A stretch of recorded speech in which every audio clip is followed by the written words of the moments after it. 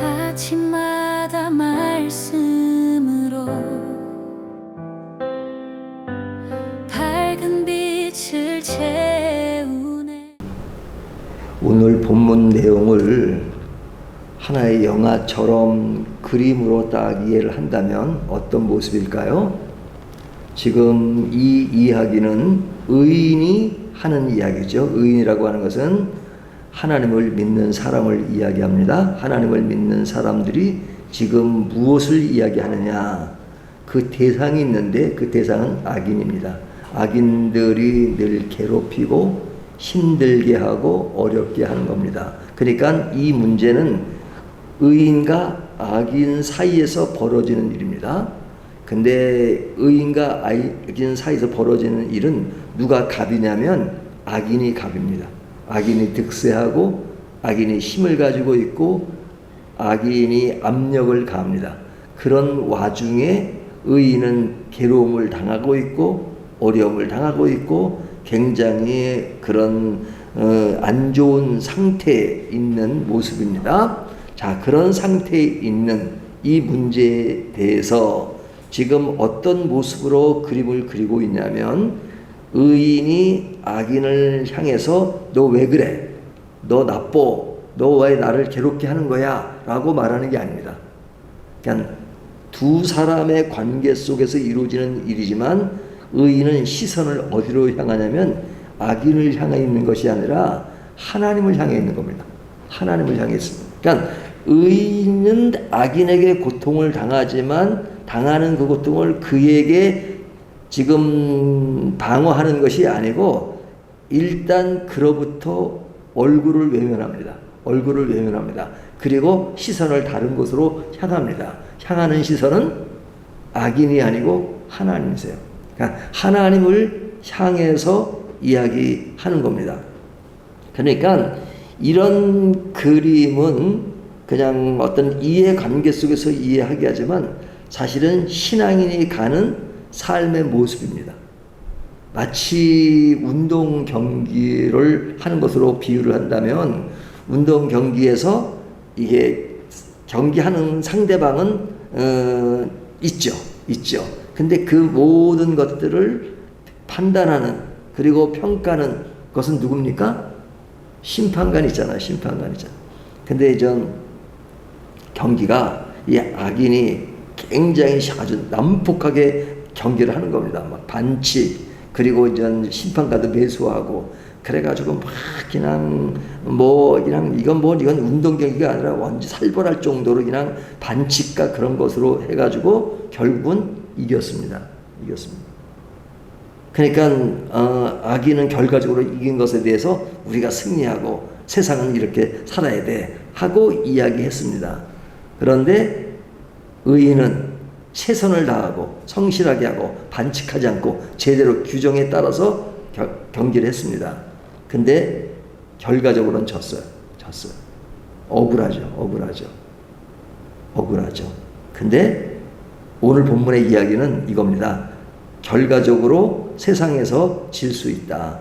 하지만 나중에 그 모든 경기를 주관하는 최고 높은 그 위치에서 본 것에서 분석해가지고 이 경기는 완전 반칙으로 되어진 것이네 제대로 된 경기가 아니다. 그러니까 이 경기는 그들이 이긴 것이 아니라 의인이 이긴 것이야 하고 최종적으로 그 경기를 무효화시키고 그리고 최종 경기는 승리자는 의인이다. 뭐 이렇게 비유를 할 수 있습니다. 오늘 본문은 그 이야기입니다. 자, 그러한 삶의 모습 속에서 이제 의인과 악인의 어떤 차이점이 뭐냐? 그 차이점을 직접적으로 얘기하면 삶을 대하는 시선과 태도의 차이점이 있습니다. 어떤 차이가 있느냐? 의인은 여호와의 이름을 알고 전심으로 의지한다. 이렇게 말하고 있죠. 10절을 보면 여호와여 주의 이름을 아는 자는 주를 의지하오리니 이는 주를 찾는 자들을 버리지 아니하심이니이다. 자, 의인은 뭐예요? 항상 누굴 찾아요?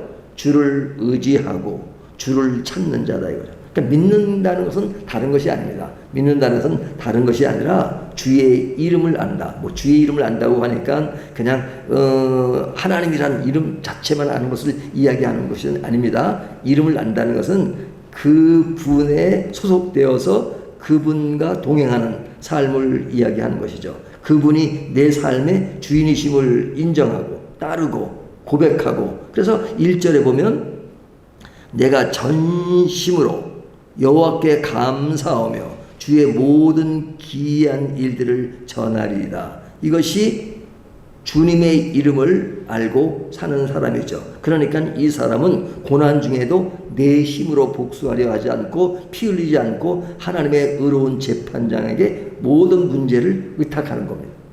이것이 의인의 삶을 대하는 태도예요. 하지만 악인은 어떤 모습이냐? 악인은 하나님을 주인으로 모시지 않는 겁니다. 이 차이가 큰 것입니다. 가장 큰 특징은 하나님을 잊어버린 것입니다. 17절을 보면 악인들이 스올로 들어가며 하나님을 잊어버린 모든 이방 나라들이 그리하리로다. 하나님을 잊어버린 것. 그러니까 하나님이 없는 거예요. 그러니까 믿는 사람과 믿지 않는 사람의 차이는 뭐냐? 세상 살아가는 것 똑같고요. 인간으로 태어난 것 똑같고요. 삶의 방식 뭐 비슷합니다. 생활, 먹는 거 뭐 다 똑같잖아요. 하지만 가장 큰 특징의 차이는 하나님이 계시느냐 계시지 않느냐. 물론 하나님이 당연히 계시잖아요. 그러니까 그의 마음속에 하나님이 주인이시냐 주인이 아니냐. 그러니까 하나님 원래 계셔야 하는 분이에요. 하지만 성경은 하나님을 잊어버렸다 이거죠. 잊어버렸다. 하나님이 계셔야 되는데 하나님을 인정하지 않는 겁니다. 그러니까 하나님의 주권과 창조주 되심을 거부하고 자기 힘과 지혜를 신뢰하며 살죠. 그렇기 때문에 항상 그냥 자기가 인생의 주인으로 살아야 되니까 모든 인간관계나 삶의 영역에서 자기 그물을 치고 자기 방어를 하고 그리고 공격하고 그리고 자기 것을 챙겨야 되고 자기가 책임져야 되니까 자기가 주인이니까 모든 것을 자기가 다 장악을 해야 돼요. 근데 그 마음대로 되나요, 세상이? 그러니까 이기기 위해서 애를 쓰죠. 수단과 방법을 가르잡고 이겨야 돼요. 그리고 챙겨야 돼요. 그리고 내가 누려야 돼요. 그런 방식으로 삽니다. 근데 그 중심에는 하나님이 계시지 않으니까 자신이 다 해결해야 되는 것이죠. 그러니까 자신에게 집중된 삶의 태도를 가지고 있어요. 그리고 그 시선도 자기에게 집중하고 있어요. 하지만 의인은 삶을 대하는 태도가 늘 겪는 삶의 현장, 나의 삶의 현장, 또 나를 어렵게 하는 악인 이런 것이 있지만 그러나 그런 것을 몸으로는 겪지만 시선은 어디를 향해 있어요? 하나님을 향해 있다는 것이죠. 그러니까 삶의 현장에서 느끼는 위기와 고난을 마주하는 방식에 엄청난 차이가 있는 것입니다. 의인과 악인 사이에. 의인은 환난 날에 조금 전에 말씀드린 것처럼 뭘 찾아요? 나의 인생의 요새, 피난처, 그분을 향해 있습니다. 그러니까 의인이라고 해서 고난을 피해갈 수 없죠. 의인도 똑같이 고난을 받고 어려움을 받고 가난도 당하고 가난해질 수 있고 압제를 당하고 사랑의 문턱에서 고통을 당하는 그런 것이 있잖아요. 그래서 13절을 보면 여호와여 내게 은혜를 베푸소서 나의 사망의 문에서 나를 사망의 문에서 일으키시는 주요 나를 미워하는 자에게서 받는 나의 고통을 보소서. 사망, 고통 이런 것들을 느끼는 겁니다. 그러나 결정적인 차이는 위기가 올 때 피할 곳이 있다는 것이죠. 하나님은 뭐라고 이야기해요? 9절을 보면 9절 여호와는 압제를 당하는 자의 요새이시요 환난 날의 요새이시로. 그러니까 우리에게는 의인에게는 내가 피할 곳이 있다는 것이죠. 사방이 막혀도 하늘이 열려 있기 때문에 소망을 잃지 않는 것입니다. 이것이 굉장히 큰 것입니다. 그런데 악인은 자기 스스로에게 얽매이는 삶을 살기 때문에 사실은 그것이 하나의 자기가 판 웅덩이에 빠지는 것입니다. 악인은 위기가 오면 기댈 것이 없습니다. 세상에서는 그가 갑으로 살고 자기가 주체가 되니까 자기가 다 이룬 것처럼 생각하지만 그러나 기댈 것이 없습니다. 더 무서운 것은 그들이 악인을 넘어뜨리기 위해서 계획했던 악한 꾀가 결국은 자기를 찌르는 무기가 된다는 것이죠. 15절을 보면 이방 나라들은 자기가 판 웅덩이에 빠지며 자기가 숨긴 그물에 자기 발이 걸렸도다. 하나님이 개입하지 않아도 악은 그 자체의 속성 때문에 스스로 파멸하고 자멸한다. 이렇게 말씀하는 겁니다. 자, 이런 사실을 믿으면 그렇게 겁낼 게 없죠. 근데 이게 이론상 그래요. 이론상. 근데 겁을 내는 것은 뭐냐면 자꾸만 내 삶의 현장을 바라보고 나를 공격하는 악인을 바라보니까 자꾸만 이렇게 뒤로 물러서게 되는 거죠. 그럴 때 딱 시선을 바꾸라 하죠. 시선을 바꾸고 하나님을 보니까 하나님이 알려준 딱 모든 해석서가 있어요. 근데 그들은 스스로 자멸할 것이다. 그리고 그들이 지금은 경기에서 이기는 것 같지? 아니야. 결과를 봐. 그들은 이미 끝난 거야. 그렇게 알려주시는 분이 하나님이죠. 그렇기 때문에 그러한 이면을 살펴보면 존재의 한계와 최종 결말의 차이가 있다는 걸 압니다. 그러니까 우리는 경기 중에 지금 지고 있다는 거, 억울하다는 것만 알고 있지만 그러나 경기는 그 경기장 안에서만 이루어지는 것이 아니라 그것을 다 끝나고 최종적으로 판정하고 결정하는 기간이 있다. 근데 그것을 아는 것이죠. 믿는 사람들은. 하나님의 세계가 있다는 것. 그러니까 의인에게는 결코 기억할 수 있는 소망의 나라가 있다는 것입니다. 세상에서는 가난하고 궁핍하여 잊힌 존재처럼 보이지만 하나님 중심에 서 있는 자는 하나님이 나를 기억하고 계시며 또 영원히 좌절하지 않는 그런 완전한 그 나라가 있다는 것. 너무 원론적인 얘기겠지만 사실은 이 원론적인 것이 우리 신앙의 핵심입니다. 신앙의 핵심은 원론적인 것이 무너지니까 문제인 것이죠. 근데 원론적인 것은 늘 반복되니까 자꾸 그거는 제쳐놓고 아주 근본되는 것보다 자꾸 그것보다는 자꾸 그냥 이렇게 일시적인 거 그런 것에 매몰되다 보니까 신앙의 그 본 의미를 묻고 그냥 지역적인 것에 의미를 부여하다 보니까 자꾸 흔들리고 자꾸 강조점이 다른 곳에서 찾으니까 문제가 되는 것이죠. 하나님은 우리의 재판장이시고 억울함을 풀어주시고 영원한 승리를 보장하시는 분입니다. 보장. 그런데 이것이 현실 가운데 잘 믿어지지 않으니까 자꾸만 우리가 그런 가운데 하나님 나에게 그런 믿음을 주십시오. 그래서 말씀을 읽고 기도하는 이유가 사실은 나에게 약해진 그 믿음 자꾸만 그 하나님 안에서 찾는 것이 아니라 내 방식과 내 스타일로 찾는 것에 대해서 방향을 바로 잡으려고 애쓰는 과정 그것이 우리의 신앙의 하나의 여정이라고 할 수 있죠. 아침 새벽 기도에 기도하고 말씀 보는 이유가 다른 게 아닙니다. 내가 스스로 잘 길을 갈 수 없는 그런 약한 부분이 있어요. 그러니까 그거를 다시 한번 재정립하고 점검하고 그 길을 바로 찾는 것. 그러니까 의인이 이런 기도를 드리는 거죠. 오늘 본문 같은 거. 방향을 바로 찾겠다는 겁니다. 그러니까 찾는 것은 뭐냐면 자꾸 이제 묵상을 하는 겁니다. 하나님 앞에서 묵상을 합니다. 하나님처럼 하나님 내가 당하는 고통이 이렇습니다. 내 원수는 이렇습니다. 그런데 어떻게 해야 될까요? 그래서 하나님을 보니까 하나님이 딱 보여주시니까 그런 모든 것들이 다 정리가 돼요. 정리가. 그러니까 정리가 되니까 또 정리된 마음을 쓰는 것. 하지만 현실적으로는 잘 안 돼요. 그럼 또 정리해. 그러니까 정리를 자꾸 하다 보면 이제 어느 시점에 가서 비교가 안 되는 그런 정도의 위에 올라가는 것이죠. 그것이 믿음의 성장이라고 말할 수 있는 것이죠. 근데 악인은 한낱 인간일 뿐 결국은 그들은 스올의 마지막을 맺을 것이다. 결말은 그냥 그들은 자멸해버린다 하는 말씀을 하고 있잖아요. 20절 말씀, 여호와여 그들을 두렵게 하시며 이방 나라들이 자기는 인생일 뿐인 줄 알게 하소서. 그러니까 그들은 그냥 인생이에요. 하나님의 심판대 앞에서 그들은 그저 흙으로 돌아갈 피조물일 그것으로 끝나요. 그러니까 비참한 한계를 맞이하는 것이죠.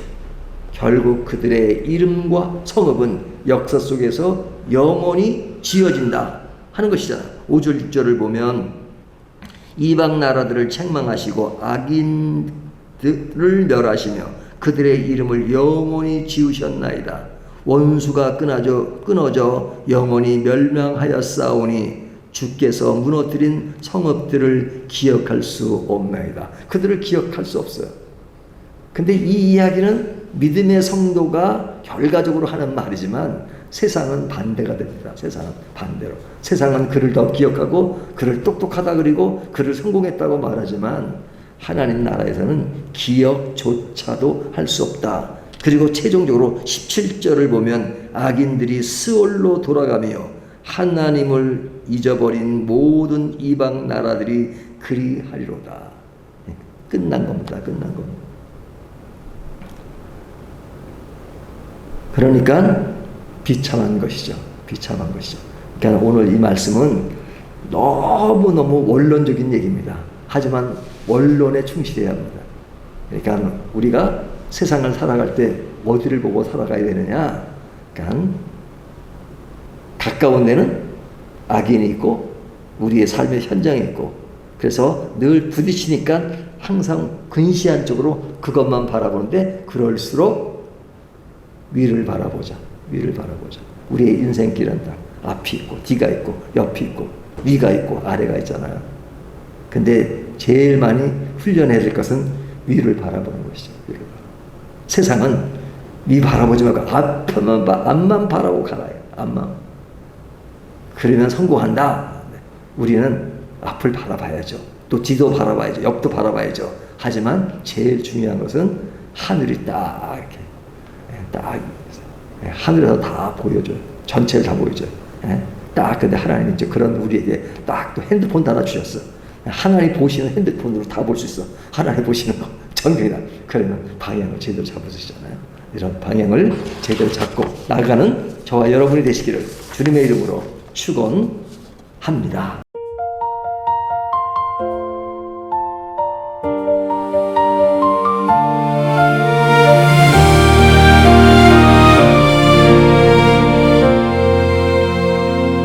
주님의 손가락으로 지으신 저 하늘 달과 별들 그 자리에 베풀어 두셨네. 그 거대한 우주 앞에 서 있는 나는 한 줌의 먼지처럼 작고 초라한데 나는 늘 주님의 손에 쥐어진 선물과 능력만을 구하며 살았네. 나에게 유익한 복만을 쫓아 주님을 도우미로만 불렀던 날들. 내 기도의 제목들 잠시 내려놓고 눈을 들어 창조주 하나님을 보내.